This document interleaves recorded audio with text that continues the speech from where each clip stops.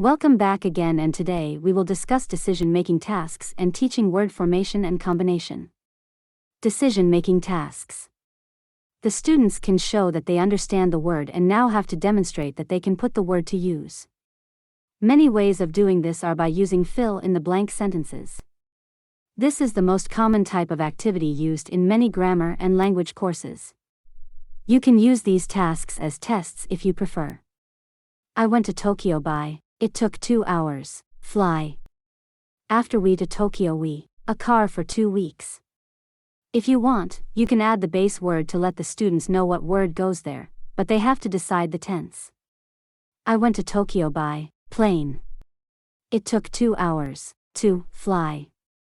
After we arrive in Tokyo, we drive a car for 2 weeks. Another way of using decision-making tasks is by having students write a sentence using the words they learned in previous lessons. The most popular activities and tests consist of our filling-in-the-blanks and multiple-choice tests. Students can also use surveys to ask each other, students or family members. This is good to help speak, write, and listen along with the vocabulary questions in order to use the vocabulary question. Teaching word formation and combination. Previously we learned about affixes, adding prefixes or suffixes to words, to make new meanings.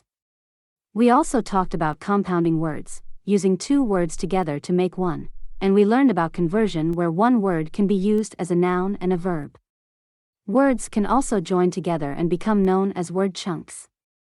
To teach word formation and fix common mistakes, the teacher must take into account the common errors created by students.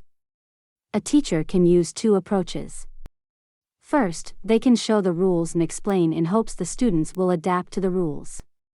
Secondly, the teacher can show common mistakes and how to fix them by having the students read from correct examples. With a rule-based lesson, words can be presented in context using patterns and regularities and grouped in manner of formation, affixes, compounding, conversion, etc. If the teacher would like to expose the rules about affixation, he or she would show words and the rules about affixation. Others can be suffixes and negative and positive meanings. Word search puzzles is good for students to see patterns in English. Such examples would be I before e, ing, etc. Derivatives. The students, while reading texts, must find derivative words. Derivatives are words that comes from other words. Some are past tense, others are variations of the word.